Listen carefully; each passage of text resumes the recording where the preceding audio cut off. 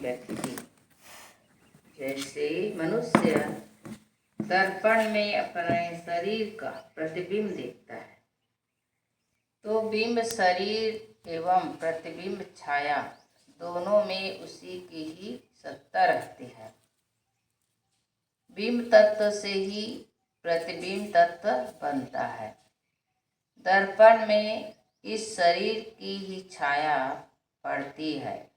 वैसे जिस प्रकार हमारी मान्यता होती है, उसी प्रकार हमारी भावनाएं बनती है। हमारी मान्यता जिस प्रकार होती है, उसी प्रकार हमारी भावना होती है। बिंब की सत्ता ना हो तो प्रतिबिंब की सत्ता नहीं हो सकती। बिंब शरीर है, प्रतिबिंब दर्पण में पड़ी हुई शरीर की छाया है। शरीर में व्यक्ति की सत्ता है, तो मानो छाया में भी व्यक्ति की सत्ता है। जैसा बिंब होगा वैसा प्रतिबिंब होगा। यदि बिंब में अर्थात चेहरे में काला धब्बा लगा होगा, तो प्रतिबिंब भी धब्बा लगा होगा। और यदि चेहरा साफ है तो छाया भी साफ होगी। हमारी मान्यताएं बिंब है और भावनाएं प्रतिबिंब है। जैसी मान्यता वैसी भावना। यदि हमने किसी को शत्रु मान लिया है, वह भले ही बहुत अच्छा आदमी हो, तो उसकी याद में हमारा मन अवश्य खराब होगा। जब हमें वह मिलेगा, उसके लिए हमारी गलत भावनाएं सामने उभर आएगी। हम लोग किसी को देखते हैं, जैसे कोई व्यक्ति सुने हैं व्यक्ति बहुत चोर है, तो उसके मन में, हमारे मन में हो जाएगा कि चोर है। भले वो चोरी नहीं करता है, सबका चोरी नहीं करेगा नहीं, लेकिन मन में भावना बन जाती है कि व्यक्ति चोर है। इसी प्रकार से जैसे बिंब वैसा प्रतिबिंब। हम किसी को, उसकी याद में हमारा मन अवश्य खराब होगा। जब हमें वह मिलेगा, उसके लिए हमारी गलत भावनाएं सामने उभर आएगी। यदि हमने किसी को मित्र मान लिया है, तो उसकी याद में, उसके मिलने में, उसकी संगत में हमें आनंद की अनुभूति होगी। हमारी सारी भावनाएं हमारी अवधारणाओं की छाया मात्र है। हम मलिन भावनाओं से तभी ऊपर उठ सकते हैं जब मलिन अवधारणाओं एवं मान्यताओं से ऊपर उठें। हमारी भावनाओं की गंदगी ही हमारा आध्यात्मिक पतन तथा हमारा नरक है, और हमारी भावनाओं की पवित्रता ही हमारी आध्यात्मिक उन्नति है, हमारे जीवन का स्वर्ग है। इसलिए अपने सोच को बदलना चाहिए। कीड़ों से कुंजर तक पेट भरने की चिंता सबको है। पेट के लिए तो सब प्रयत्न करते ही हैं। मानव की सबसे बड़ी विशेषता है उसका अपने मन को पवित्र करना। मानव की सबसे बड़ी विशेषता क्या है? अपने मन को पवित्र करना। मन की पवित्रता के समान संसार में कोई दूसरा सुख नहीं है। लोग अपने चांद के चेहरे को तो बारंबार दर्पण में देखकर उसके दाग को दूर करते रहते हैं। क्रीम पाउडर भी लगाते हैं, काला काला हो तो उसके लिए, दाग के लिए दवाई भी लगाते हैं। वैसे उसको साफ करने के लिए अनेक प्रकार के हम उपक्रम करते हैं, परंतु अपने मन के चेहरे को साफ करने के लिए चिंता बहुत कम लोगों को है। यह मन का चेहरा ही प्रतिबिंब बनता है। यदि हमारा मन साफ है तो पूरा जीवन पवित्र, सुखद एवं शांतिमय होगा। अगली साखी है तो सरल है।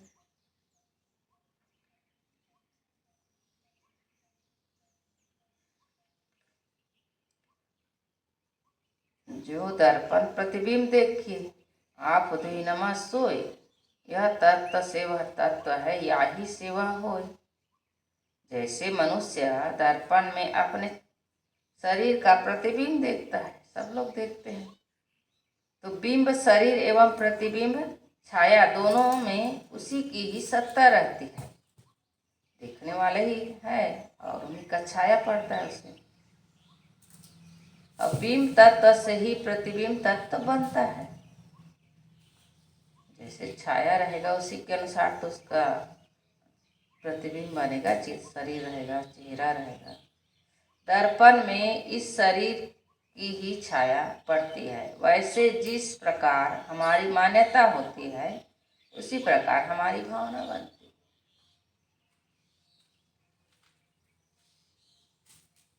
अगला साखी है, शास्त्रों से मानव श्रेष्ठ है। जोबन सायर मुझते रसिया लाल कराए, अब कबीर पांजी परे पंथी आवन जाए। जो जो जो वन जंगल वाणी का विस्तार,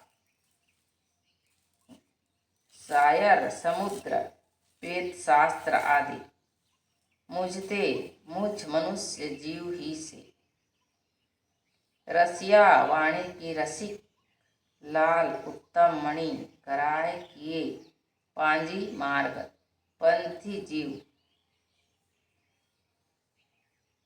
जो वन सायर मुझते, संसार में जो वाणी का वन और वाणी का समुद्र है वह मुझ जैसे मनुष्यों से ही पैदा हुआ है।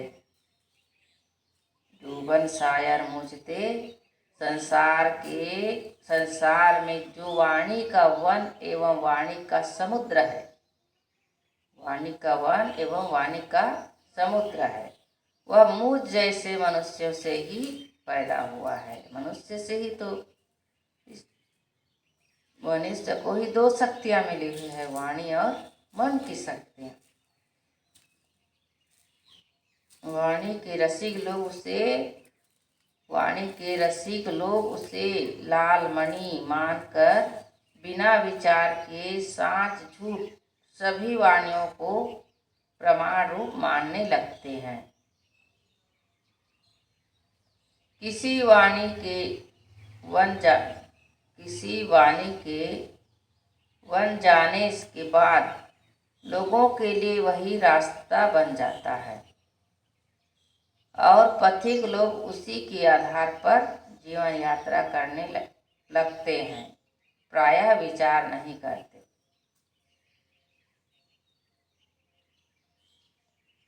साहब कहते हैं, संसार में जो वाणी का वन एवं वाणी का समुद्र है वह मुझ जैसे मनुष्यों से ही पैदा हुआ है।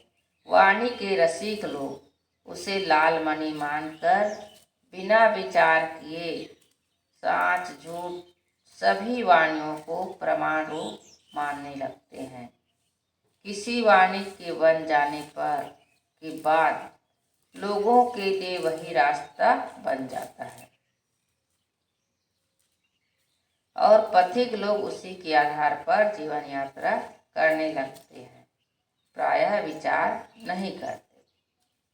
कोई बता दिए ये ऐसे ऐसे करने से हमारे दुख दूर होता है, किसी बैगा के पास जाने लोगों को वही मान्यता बन जाती है और फूक झाड़ कराने लग जाते हैं। संसार में वाणियों का विस्तार वन और समुद्र जैसा है। हजारों शास्त्र और असंख्य वाणियाँ लिपिबद्ध एवं पुस्तकों के रूप में जो है वे तो है ही। मौखिक रूप में मनुष्य समुद्र में जो मौखिक रूप से मनुष्य समूह में जो गूंजती है, मौखिक रूप से मनुष्य समूह में जो गूंजती है उन वाणियों की भी कोई गणना नहीं हो सकती। इन वाणियों में कल्याणकारी तो थोड़ी है, विनाशकारी अधिक है, जिनसे विषय वासनाओं और काम क्रोध आदि की ज्वाला प्रदीप्त हो, ऐसी वाणियों का सर्वत्र बोलबाला है।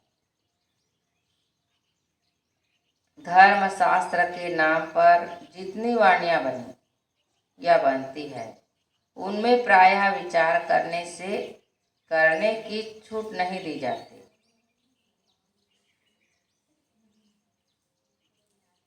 धर्म शास्त्र के नाम पर एक बार जो वाणियां कह या लिख दी गई, उनमें चाहे जितना अनर्गल, बेसिर पैर की हानिकारी एवं झूठी बातें हो, नकारी नहीं जा सकती। यदि उन्हें कोई नकारता है तो उसे नास्तिक, काफिर या अपवित्र करार दिया जाता है, उसको अधर्मी सिद्ध किया जाता है। जो बात धर्म शास्त्रों में लिख दिया है उसे लोग मान रहे हैं, उसको विचार नहीं करते हैं। धार्मिक नामधारियों ने अपने मन की बेतुकी बातों को अपनी पुस्तकों में किसी काल्पनिक ईश्वर, पैगंबर तथा अवतारों के द्वारा कहलवा लिया है। अब उन पर कोई विचार करता है तो वह गाली का पात्र बन जाता है। इसलिए शिक्षित और अशिक्षित दोनों मूड बने हुए धर्मशास्त्रों के नाम पर अनर्गल बातें ढूंढते चले जाते हैं। इस दिशा में अशिक्षित से शिक्षित कोई बहुत भिन्न नहीं होते। संसारिक शिक्षाएं कोई बड़ी बात नहीं है। मनुष्य थोड़े दिनों के अभ्यास से चिकित्सा, कानून, यंत्र, व्याकरण आदि का ज्ञान प्राप्त कर लेता है, परंतु उसका सब तरफ से निष्पक्ष होकर तत्व विवेक करना बहुत बड़ी बात है। इसलिए अच्छे जज, वकील, डॉक्टर, इंजीनियर, प्रोफेसर, शास्त्री, आचार्य, IAS गोबर गणेश बने हुए। अब मान रहे हैं, विचार तो कर नहीं रहे हैं, जो कह दिया उसी को मान रहे हैं। गोबर को भी गणेश कह देंगे तो भी सत्यवचन महाराज मान लिए हैं। अब गोबर का गणेश, गौरी गणेश बनाते हैं कि नहीं?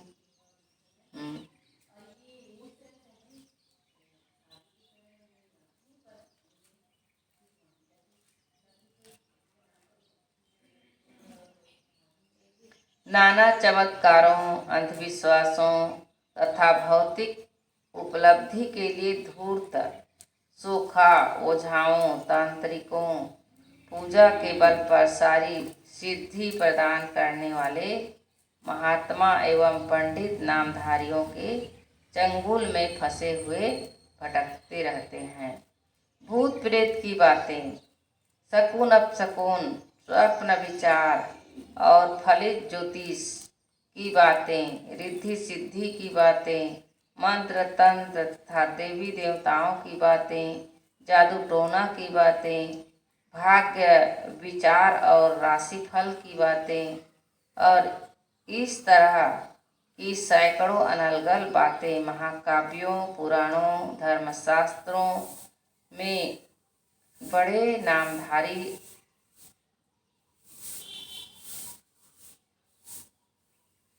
लोगों की जुबान से एवं लेखनी से कहलवाया तथा लिखवा दी गई है।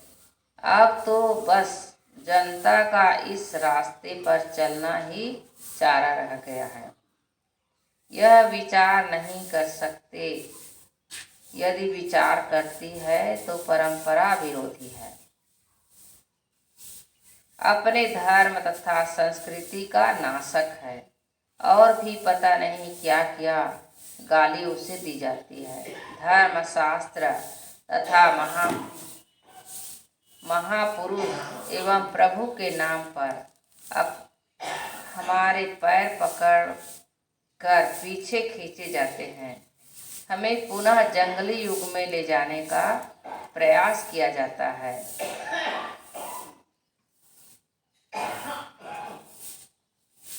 वाणी के रसिक लोग धर्म के नाम पर कही गई एक एक बात को लाल मणि के समान मान रहे हैं, परंतु जो लिखा या छापा हो वह सब सत्य नहीं, तथा जो कुछ चमकता हो सब सोना नहीं। हर बात पर विचार करना मानव का धर्म है।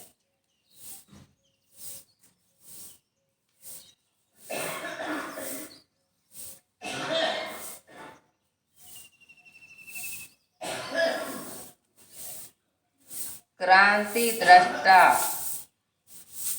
सदगुरु कबीर कहते हैं कि सारे वेद शास्त्र, बाइबिल, पुराण तथा विश्व की सारी लिखित तथा अलिखित वाणियाँ मुझ जैसे मनुष्यों की ही बनाई है। वेद शास्त्र, बाइबिल, पुराण ये सारे पुस्तक कौन बनाए हैं? मनुष्य ने। इसलिए सब पर विचार करना हमारा अधिकार है।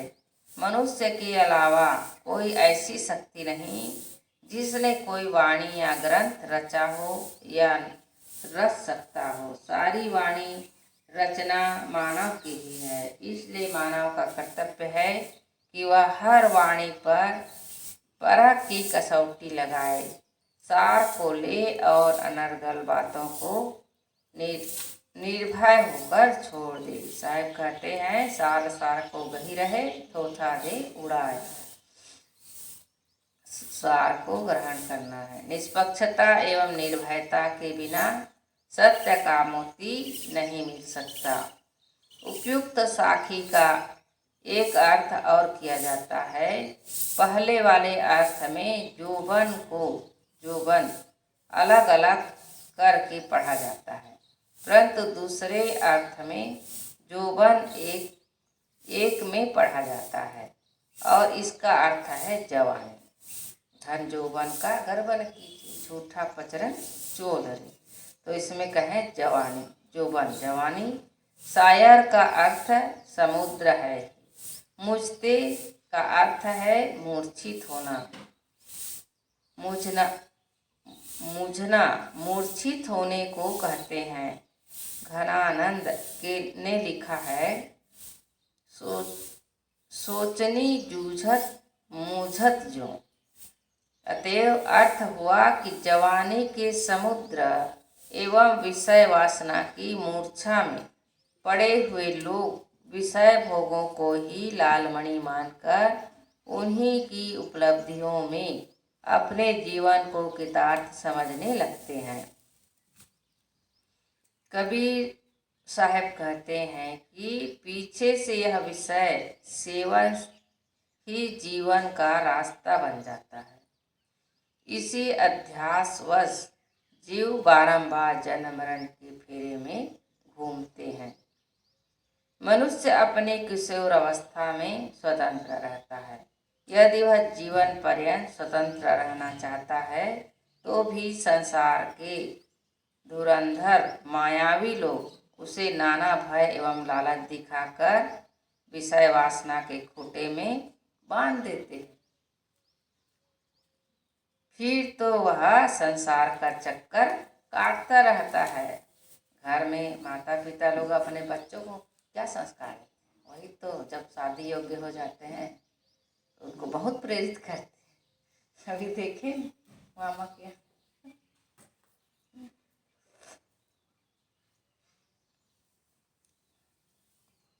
फिर तो वह संसार का चक्कर, साधक को विषय वासना का जाल स्वयं काटना होगा। इसके लिए अनासक्ति और निर्भयता की परम आवश्यकता है।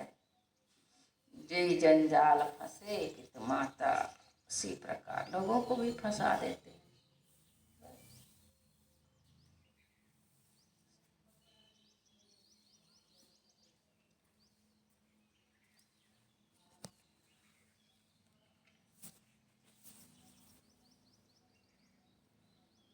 शास्त्रों से मानव श्रेष्ठ है।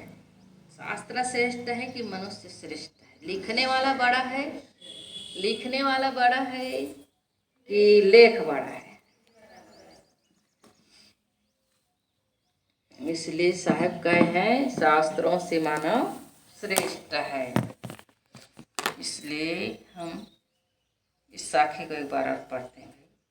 जोबन सायर मूझते रसिया लाल कराए, अब कबीर पांजी परे पंछी आवही जाए। संसार में जो वाणी का वन एवं वाणी का समुद्र है, वाणी का वन जैसे संसार, वहाँ जंगल कितना दूर विस्तार तक फैला रहता है, और समुद्र को देखते हैं तो पानी पानी दिखता रहता है, कहीं उसका और छोर दिखाई देता है। वैसे ही संसार में वाणी का वन बताएं साहब, वाणी का वन, वाणी का वन एवं समुद्र, वाणी का समुद्र, वह मुझ जैसे मनुष्यों से ही पैदा हुआ है। वाणी के रसिक लोग उसे लाल मणि मानकर बिना विचार किए साच झूठ सभी वाणियों को प्रमाण रूप मानने लगते हैं। किसी वाणी के बन जाने के बाद लोगों के लिए वही रास्ता बन जाता है, और पथिक लोग उसी के आधार पर जीवन यात्रा करने लगते हैं, प्रायः विचार नहीं करते। जो लिख दिए हैं, लोग कह दिए हैं, उसी को मानते हैं, लेकिन विचार नहीं करते। कहते हैं फलित ज्योतिष वाले शकुन अपशकुन बता देते हैं, उसी में लोगों का मन हो जाता है